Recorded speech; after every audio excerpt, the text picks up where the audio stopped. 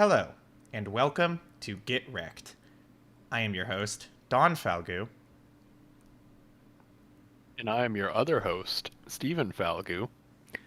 Get Recc'd is our bi-weekly podcast where every week I recommend something to Don and they recommend something to me and then we talk about it. And that's right, folks. It's the big 70. We have reached the funny number, The funny sex the funny number. sex number.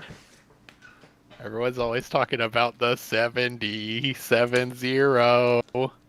Yeah, guys, don't look up 70 on Urban Dictionary. Don't do it. You will not like what you find. Make sure your mom isn't in the room. Yeah, the don't look up 70 on Urban Dictionary at 3 a.m. challenge. Yeah. It's all spooky. It's a spooky and a sex number. We were really thinking about this for the entire show. We were thinking, what were we going to do for the special sex number episode? We've been really planning for this one, so I hope you guys appreciate that we remembered, we got it. And I'm sure you were all really excited as well. So we're here. It's finally here. And yeah, we're proud to announce the official sex number Get Recc'd podcast episode is starting right now. Yeah, and this one's gonna be just a little more lewd, you know? Like, typically our show is G-rated for everyone, for all kids. We never do any swears or any gross humor, but this one, it's gonna be a little lewd. Gonna just a tiny bit raunchier than normal. And speaking of things that are a little bit raunchy, would you mind getting into what I recommended to you last time, Stephen? Yeah, let's talk about it. Last time, I recommended to Stephen a very, a little bit adult, a little lewd, a little bit vulgar, album by Paul McCartney and Wings. This album is Band on the Run. Of course, this was I believe, the second album by Wings. So this was really where Paul McCartney got his name out there. Is this the second album? It's one of the earliest albums. Of course, Paul McCartney did begin his career with a solo album prior to forming Wings.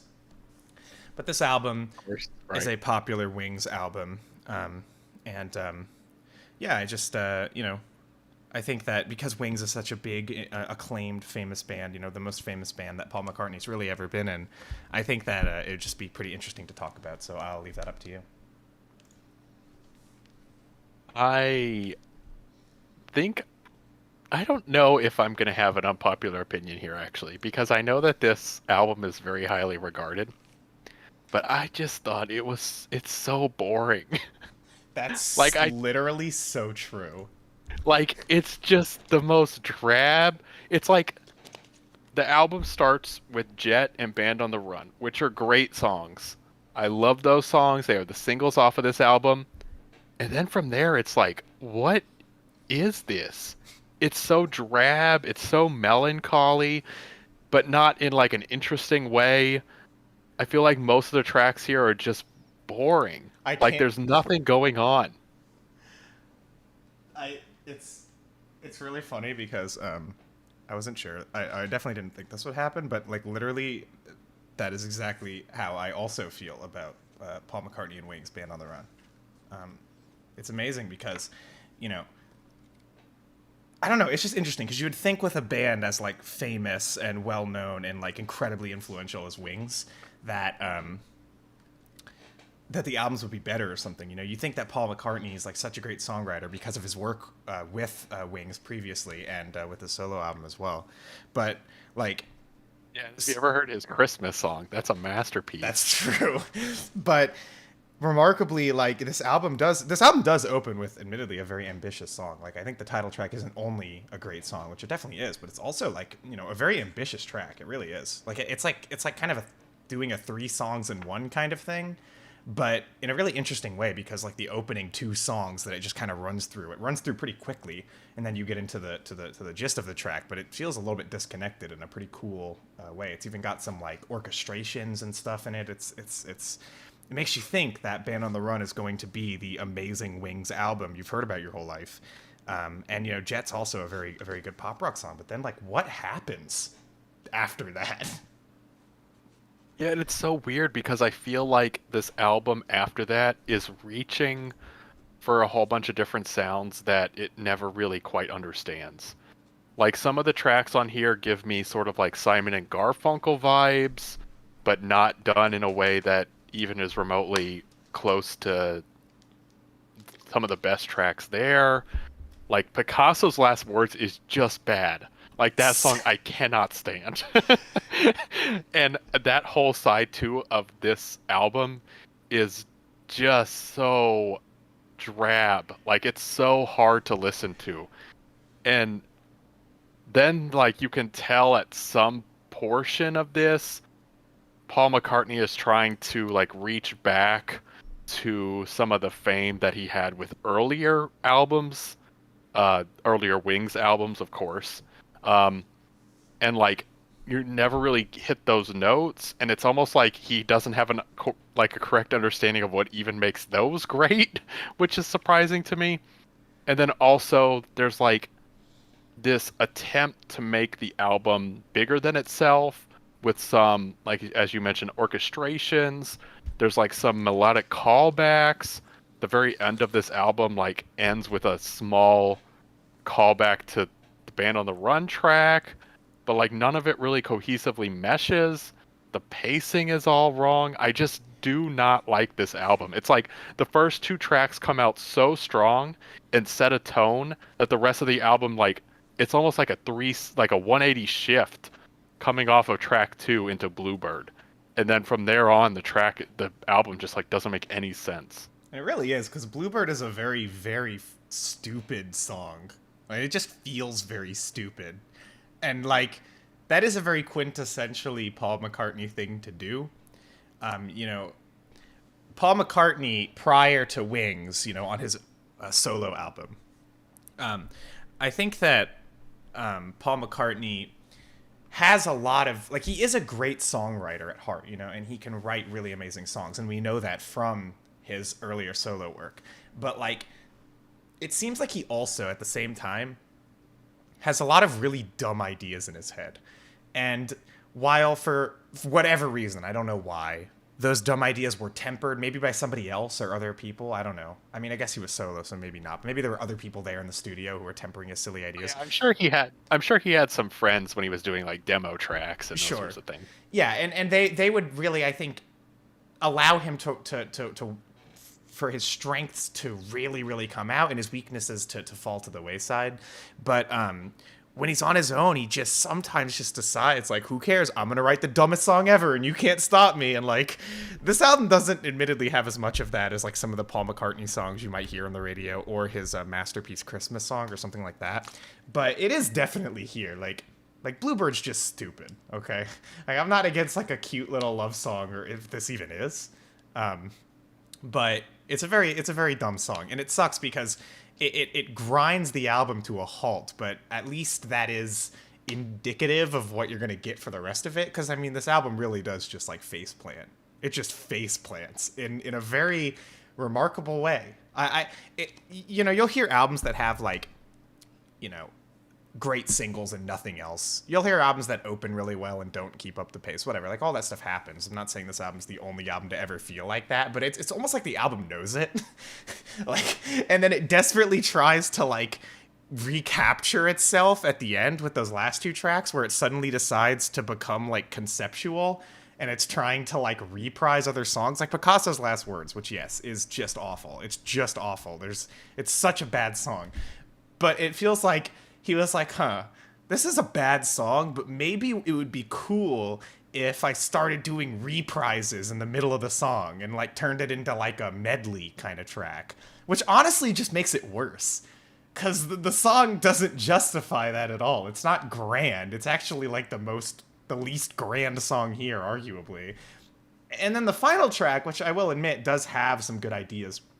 I like how the horns are integrated. I think actually the instrumental's quite good.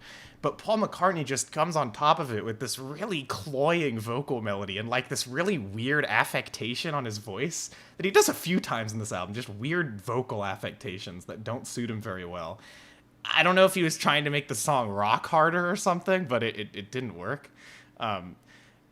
and yeah, it's just like I just don't know what happened. I don't know what happened. It's almost like they sequenced it knowing that their album kind of blew. Yeah, and I think for me, it's like the added level is that there really doesn't feel like there's any cohesion here. Like, even if it was an album where, like, the singles were super hot and then the rest was just kind of lukewarm at best, I'd be like, okay, I mean, it wasn't great, but it's like so jarringly uncohesive for me. And it's like it tries all these things at weird interludes, and you're not it like I had a hard time even following the pacing or like what was even supposed to be happening, that it all just felt so slow and boring, especially coming off of the two singles which were front loaded. It's just so weird. Like we talked about Bluebird, but also like Let Me Roll It into Mamunia. Like both of those tracks are just like slow and just not very interesting. And the other part about this album that was really obnoxious was like so much of it is repeated, not just in reprises, but even like a lot of the choruses are just repeated over and over and over. It like drills into your head, but not in a good way. Like with Let Me Roll It, like with Picasso's Last Words. Or It's just so confusing. what about the Mrs. Vanderbilt? Ho, hey, ho. Like, Yeah, that was that cool. gets reprised a whole bunch. Like that was great. That was a great idea that Sir Paul McCartney had. Actually, I gotta say. Yeah, I just don't understand. And then the Queen went and knighted him after this. Yeah, it's for like, this album. For this album. Yeah, the Queen literally said, "That's a good one, mate. Jolly good, love." You think they did the 70? Oh, that's a little not. A little naughty. Look, like, I will say this about Wings in general, though. They kind of suck. Like, if you've ever listened to Wings songs before, I mean, well, to be fair, some of the songs that you hear on the radio are some of their better tunes, but like, you'll hear Let Me Roll It. You'll hear other stuff as well. It's like it's not a very good band, and I definitely do think like it's not like Paul McCartney didn't write a lot of great solo songs, solo apart from Wings. Like, I think he definitely did, but you do hear these trends all throughout his music. It seems like he just needed maybe somebody else, maybe a close friend, maybe another songwriter to shape out his ideas better. Unfortunately, he never had that. So I don't know. I just like some of these quotes. Let me read them to you because I actually think it really summarizes. It kind of summarizes for me some of the feelings I have about this. All right, these are quotes from Paul McCartney and others. Paul says, the album is a collection of songs, and the basic idea about the band on the run is a kind of prison escape. At the beginning of the album, the guy is stuck inside and breaks out. There's a thread, not a concept. Very deep, very deep. Also, Denny Lane of the band says, Paul and I made the album as though we weren't in a band, as though we were just two producers / musicians. Which I definitely feel that. I also feel like these statements are a little bit conflicting, maybe. Maybe, yeah, maybe. It sounds like the people in this band didn't really know what they were doing. But, it's funny because I feel like Paul McCartney in... Well, I mean, when you're sitting in a room next to the great solo artist Paul McCartney, it's like you probably feel a little lost generally, That's true, yeah. I mean, I feel like, Paul McCartney obviously was always the person to come up with the concepts for his solo albums and stuff, and he definitely is he has a good mind for that, I think, but it just felt like here it just wasn't thought about at all. It's like they had a bunch of songs, very mediocre songs at best. Okay, that's being fair to a lot of these songs, and forced them to be conceptual when they aren't. Like, is the opener conceptual? Yeah, maybe. I mean, it's a little disjointed, honestly, on that front, but... Like lyrics, I guess. Sure, right? Yeah. I mean, it has something, but yeah, it's just not carried. And, all that said, I would like to say, though, I do think that Band on the Run is... The song is as good as anything Paul McCartney ever wrote. It really is like a great track. And it's like, so you build an album around it. Who cares what happens next? But, you know, you got that song, and that's nice. Yeah, and I mean, I will say, like, some instrumentation, obviously Paul on lead. There are some aspects of this that are good, but for the most part, it just like all blends into this kind of melancholy mess, honestly. Besides the first two songs, which were singles and are still standout, everything else is just kind of like, what happened? I don't even get it. And I just want to read this. This is from a critic. It says, Band on the Run is a great album. If anybody ever puts down McCartney in your presence, bust him in the snoot and play him this. He will thank you for it afterwards. So there you go. I don't believe that. I think we can wrap it up with that. I think we could wrap that up. Yeah. I don't recommend this album. I don't really like it at all. Honestly, I think the redeeming qualities are few and far between. It has a couple good songs, but you don't need to listen to the whole album to get that experience. But I wouldn't say I hate it. I mean, I don't outwardly hate it, but I'm still sitting at probably like a 4 at highest. Yeah, and I agree completely with everything that you said. I would also give it a 4. You'd be hard pressed to call it terrible, though it definitely has moments where it is. But like on the whole, it's just disjointed and not very good. It leaves me to wonder why Paul McCartney is so famous. I mean, Wings isn't even that good. So I don't know, but whatever. Probably the Christmas song. Probably, yeah. Well, with that, would you like to move on to what you recommended to me last time? Yes. So last time, I recommended to you Call of Duty Warzone. Last time I think I didn't put down a date because I couldn't believe it, and I still don't really believe this, but yes, it is true. It actually came out last year in the year 2020. It actually came out in March 2020. Unfortunate timing, I'm sure, or maybe fortunate timing, I guess, depending how you look at it. For them, it was probably good. Call of Duty Warzone, it's free to play. It's a battle royale. It was kind of like a free to play sibling to, at the time, Modern Warfare, which had come out just like the November prior or whatever. It's now on, I think it's like second official season or something.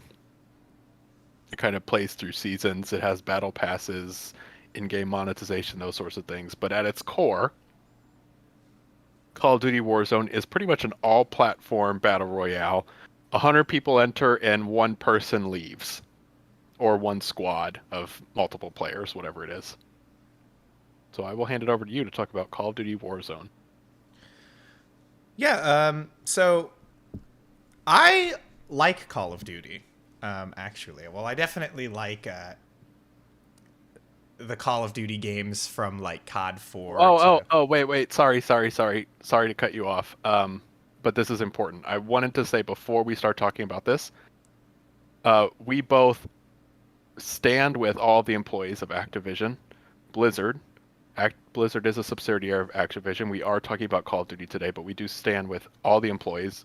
Of course, within the last couple of weeks, and this happened between our recordings, which honestly, when these things happen, they tend to do. Large-scale claims of sexual assault and harassment from the company. There are a lot of shakeups going on right now. And I just wanted to say, before we start talking about this game, we do stand with Activision Blizzard employees. Oh, yeah, completely. And I would also add that any praise that is given towards this game or this franchise goes to any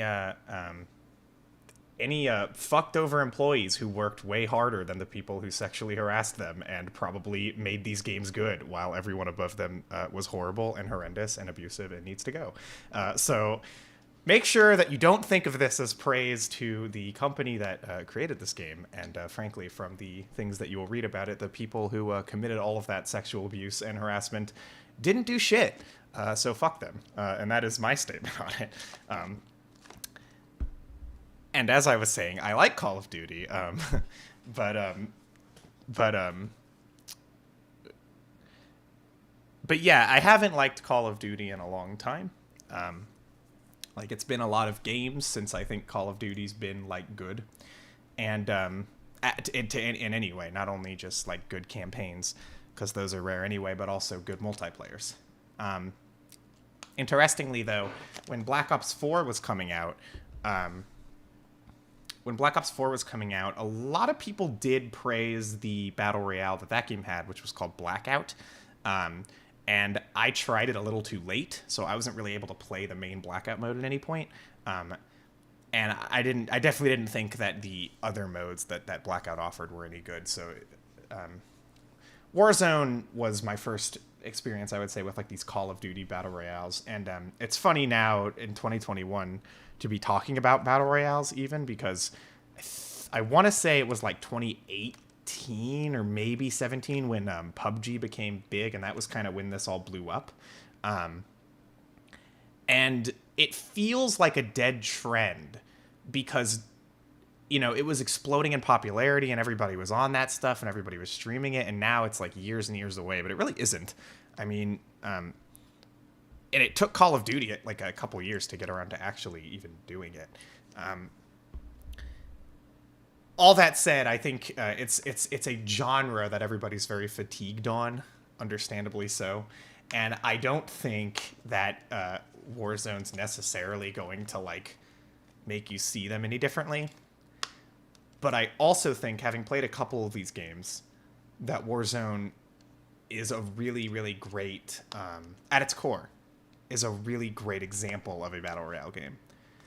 I think it takes what's good about modern Call of Duty, which is really only the nice-looking, realistic graphics, but whatever, and combines them with a giant map, more akin to something like Battlefield than Call of Duty, and including vehicles and things like that, and just turns it into something a lot better than itself. I would have very strong doubts that Modern Warfare 2019 was a good game. Maybe it was, probably not. But Warzone definitely uses its mechanics and appearance, sound design, and all those things to its benefit, and is just like generally really fun if we're talking about the core battle royale experience.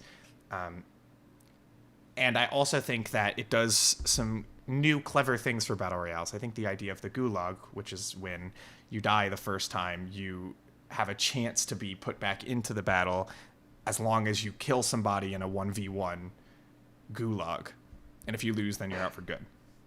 It's a very minor thing to add, but it's nice to give you that feeling of hope that you could still make it even if you die once. It makes the game feel ever so slightly less hopeless than a lot of battle royales can when you first start, because you know that even if you die, you're going to get another shot, and you do genuinely get another shot. Like, you could genuinely win after coming back from a gulag.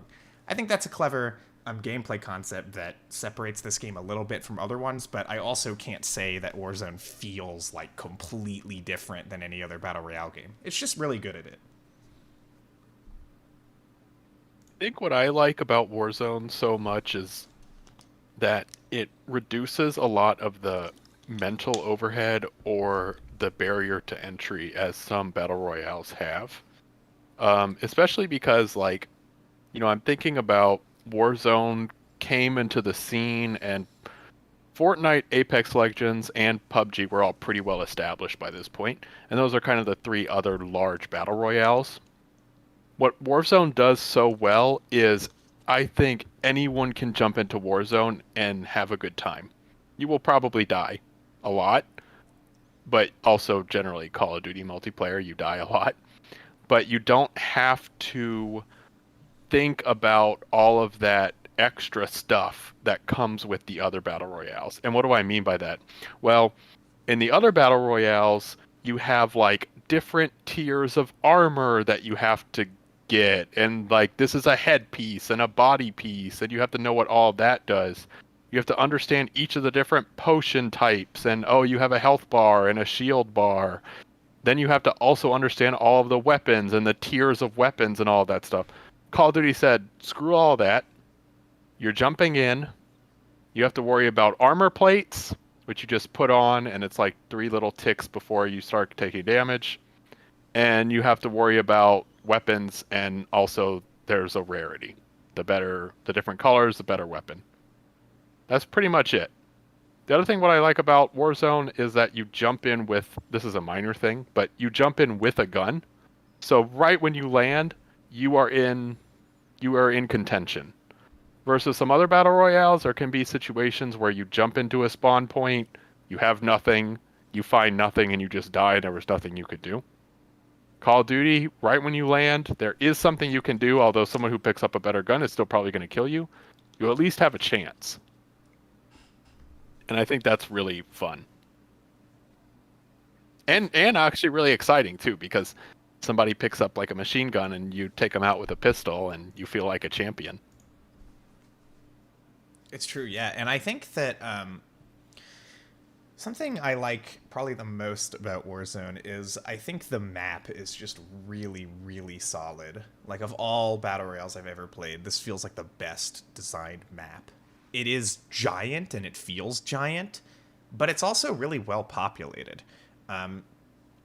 There's a great balance of downtime and fight time in this game, as like any good battle royale should try to accomplish with its map. You want to have a lot of dead air. You want to have a lot of time where you're not constantly running into people, and where you have areas of the map that you can rightfully assume are going to be hot.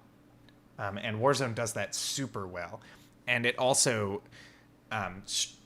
separates its map into areas that are clearly marked and defined, with each of these areas generally have like one point of interest that you know is going to be hot.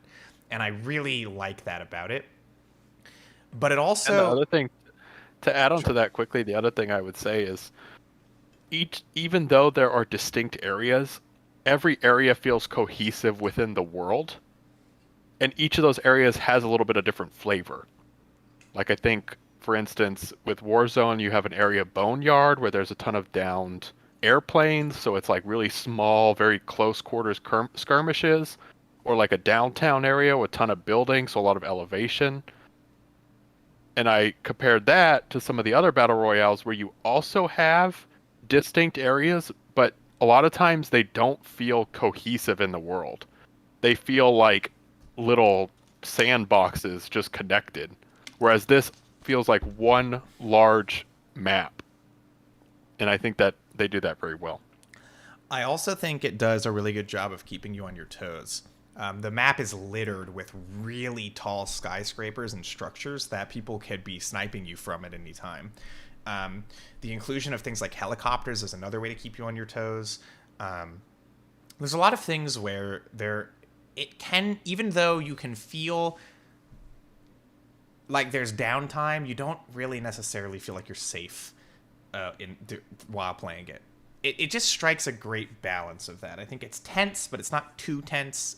The fights are fun and they can be common, but if you know where you're going and what you're doing, you can also avoid them as much as possible. Those are options that you have, and you can tell with the way the map's designed that it's very clearly designed for that purpose, though I still feel like even the dead zones are still generally pretty interesting. You also have the contract system, which is a lot of fun, that actually got kind of... contracts and buybacks, both of those kind of got implemented across all the battle royales. But contracts specifically are pretty fun. They're like little mini quests that the game puts you on, which carries with them risk and reward, because the game is likely putting the next step of the quest closer to other enemies, so you have an inherent risk. But if you are to complete those contracts, you get a big benefit, either like a lot of money, or you get to see where the next circle is. Because the other thing that we mentioned, in case anyone's unfamiliar with battle royales, not only is it 100 people enter, one person leaves, but you're on kind of a clock, because you have these circles and gas is moving in on the circles, and you want to keep continuing to get to progress further and further into the circle so you don't die to the gas. So contracts can give you more visibility on like, okay, where's the next circle, or gives you a whole bunch of money or something like that, or it gives you a free buyback of your friend who might have died. Those things are really interesting too, and I think add to that, uh, add to what you were saying about like, the small scale skirmishes, but also just kind of like a fun little extra thing on the side. And in addition to that, one of the contracts is, I forget the name of it, but it's the one where you have to actually hunt after a team or a specific player, and it will like kind of mark them on the map, not perfectly, but just enough so that you can go and track them down. And if you do this, the person who you're assigned to go kill is alerted that you're assigned to kill them and gets like a hot and cold meter of how far or close you are to them. And I think this was a really, really smart contract in the game because it does a great job of forcing battles, and it also can be really scary for both teams because both teams now know that they have some idea where each other are, which can be a lot of fun. And the map gives you a lot of opportunities to evade that a little bit. Like maybe you could go into a skyscraper where the team who's on you doesn't necessarily know where you are in that skyscraper, and you can kind of get a head up over them, leg up. And I think that's really neat. I love that these contracts do a great job of forcing you to explore the map more as well. They're all focused around getting you to go somewhere, so that you're never too content to just stay in one place. And yeah, I just think there's a lot of smart decisions in the map in the actual game here. I mean, really, I think it's all smart. I can't think of like a main complaint I have with the core gameplay in the map itself, other than the fact that it's Call of Duty. Any issues you might have with the general gameplay of Call of Duty are going to carry over to Warzone. Although, it does do a good job of at least giving you more of a fighting chance if you're getting shot at or if you're shot first. You're not just bound to die if you get shot first, which is something that's nice. I will still say, I don't think that you have a ton of health in Warzone, but it's more than most Call of Duties will give you. Yeah, the only thing I would say is like, for long-term players, the map does not change very much, if ever, honestly. They had a big map change when the newest Call of Duty came out, but honestly, it's pretty much the same map with some minor tweaks. Whereas other games like Apex, like Fortnite, they have like really large-scale events where the map changes substantially. You're not getting that here, unfortunately. That would be the only thing I would say. Yeah, and that might be the core issue with Warzone and with most Battle Royale games, is that it does, if you're playing the Battle Royale mode, which Warzone has more modes, so I don't know if this is a criticism of the whole game, but if you're playing the Battle Royale mode, it definitely can get old. It has a bit of a shorter shelf life than some other games that are designed around just playing them over and over again. And because the matches are so long, it can also make it feel more draining to keep replaying. But I think that's more of a criticism with the genre. And Warzone does have other modes that I haven't explored yet. They were added. Though prior to that, I played a Blood Money mode, which was really fun. That was in, at least for as long as I was playing, which turned it into more of a small-scale feeling Call of Duty game, where you would have to kill squads and take their money, and whoever had the most amount of money would win. That was nice. And I hear there's modes in it now that are very different than Battle Royale, which I think is something the game definitely needed. So all that's cool. I think the thing is, though, about Warzone, if you're playing on PC anyway, is that this game feels like it is built to destroy your computer. And Warzone's an all-platform game, and it is also cross-platform, so this is a very directed criticism, but I know Steven and I play on PC. And you will have issues if you play Warzone on PC. It's kind of a nightmare, actually. I was just getting back to play it again with Steven recently, and I had to download an update, and the update was 74 gigabytes. And that was not uncommon. Every update was gigs in size, like a lot of gigs, more than any other game I've seen. Um, Also, it like no matter how good of a PC you run it on, it like uses all of your CPU. Um, so I don't know about that. Maybe play it on console, if possible. If you like playing console shooters, that's what I'd say to that, I guess. Yeah, and generally, I would say the biggest problem with Warzone is it is a technical mess. I mean, there are problems abound, and it feels like every time they touch the game at all, everything breaks all over again. It's just a nightmare, and the storage size is insane. Honestly, it is way too large. I mean, you mentioned PC, but I can't even imagine owning Call of Duty Warzone on a console because it would take up your entire console's hard drive. Like, it is ridiculous the size of this game. I mean, the number of technical errors I've had with this game in some various capacity in my time playing it, it just is absolutely a mess. Yeah, But when it does run, it is very fun. And then you usually die like immediately, and it makes it easy to jump back in though. that's true. You die immediately. You go to Gulag. You either win or lose, but either way, you die quickly. Uh, Yeah. yeah, but no, I just thought Oh, it and was I will say we haven't talked about this, but we have won. And the feeling that you get when you win this game, I can't even describe. Like, it is one of my top gaming moments ever, honestly, winning a battle royale. And especially this one, because I will mention Call of Duty Warzone is really hard. Like, for all of the reasons why we said it's so easy to get into and so fun to play, is also tons of reasons why it is incredibly difficult to actually win. Because as you mentioned, you don't have a lot of health.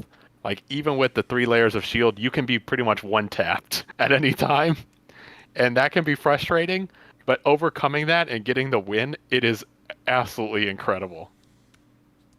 That's true, and I remember I've won this game 2 or 3 times now, at least twice, but I feel like a third also. But I remember winning it with you in a trio, and one of the satisfying things that can happen is sometimes you win because you just like lucked out with like all of your ideas of where to go, and like where we ended up just happening to be like the best spot to be at for the end of the game, and that can be a really nice feeling because there is an element of strategy to these games too. It's not just how good of a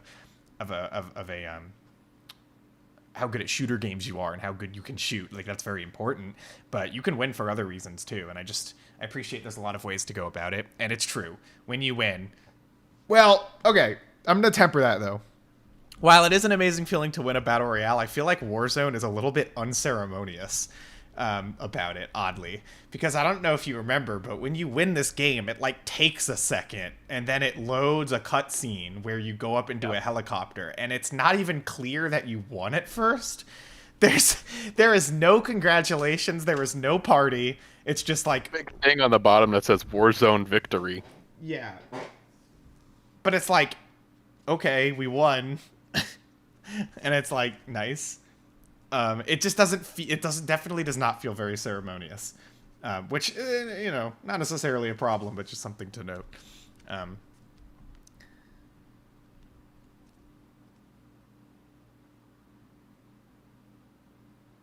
Other than that, I don't know. Do you have anything else to add, or should we wrap it up?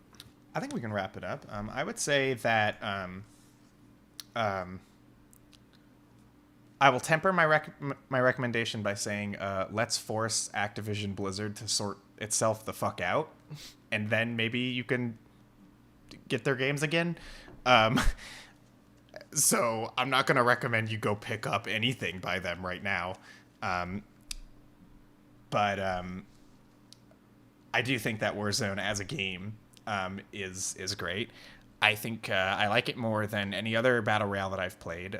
Last time I got a lot of time and fun out of Apex Legends as well, and I would definitely rank it up there as well. But I think Warzone beats at least that game when the state that game was in when I last played it. I definitely think it's better than something like PUBG, which is honestly just terrible. And I also liked it more than what I was able to play of Blackout. So I think it's really good at what it does. I think it learns from battle royales that have come out before it and brings them forward in a couple of ways. Though not really in a way where you're going to say, like, oh, Warzone is a completely new kind of battle royale. This will revolutionize the genre.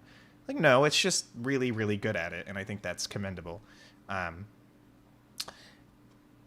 Probably don't play it on PC if you can play it on console and have the space for it, because PC will have many problems. I don't know about console players. I haven't heard of as many technical issues, but there might be. I can't say. You will also get aim assist, though, which will definitely help you against PC players, so, you know. But yeah, I think it's really good. I would give it probably an 8 overall. I think the main thing I don't like about it is the same thing I don't like about any other battle royale, which is that you could only really get so much mileage out of it. Though I guess the same could be said of any game. It just feels especially pronounced for battle royales. They can get draining to play a lot of, and I wouldn't say this game's an exception. But it has a great map, great gameplay, great presentation, like visually, and sound design is great. And it's very satisfying to succeed and to even get close to winning it. It's very nice. So, yeah. And I think I'm right about the same, probably an 8. I don't think I could score it any higher just because of the technical issues that this game has on a constant basis. But I can play as John McClane from Die Hard. So 10 out of 10. And anyway, all right. I think we should move on to our recommendations for next time. Let's do it. Then I will go first. And Steven, to you, I am recommending the video game Halo 3. Halo 3 is the third Halo game, if you can believe it. Although, I don't know, technically, I don't know when Halo Wars came out, but whatever. The third game in the mainline Halo series. We have actually previously talked about Halo Combat Evolved, which was the first game. Halo 3 was released in 2007. I don't think it was a launch title for the 360, but I know it basically was, in that it launched the console to huge success at the time. It's still, when you think of Xbox 360, I think most people think of Halo 3. And I am specifically recommending that you play at least as much of the campaign as you can. If you can finish it, that's great. It's not terribly long, and definitely a little bit of the multiplayer. Using Master Chief Collection on PC is the easiest way to do that. If you can get a good enough taste of both, I think you've gotten enough of the game. And yeah, what do you have for me? I have a re-rec. Without being a re-rec, I guess. You do. Well, there's no rule against it. So. That's right. Wiki upkeepers. Get off our case. We do what we want. Well, with that, I'm going to recommend to you. You know, it's actually kind of fitting that earlier in the episode, we talked about an artist that we felt like when their inhibition was not restrained, when someone was not in their ear, they kind of went crazy. Because I'm going to recommend to you Star Wars Episode 1, The Phantom Menace. This is a 1999 film, written, directed, produced, pretty much everything by George Lucas. Kicked off the prequel trilogy, which was like, pretty much took over the early part of the 2000s. So next time we will talk about Star Wars Episode 1. All right, and that will make it for our next episode. I would like to inform everyone, as always, that if you are listening to us on YouTube or watching us live, we are also on CastBox. You can find us in a link in the description to most Get Recc'd episodes. As long as I edit their descriptions to include the link, you can subscribe to us on there, follow us on there, and you'll be able to listen to us on the go on the CastBox app, if you so choose.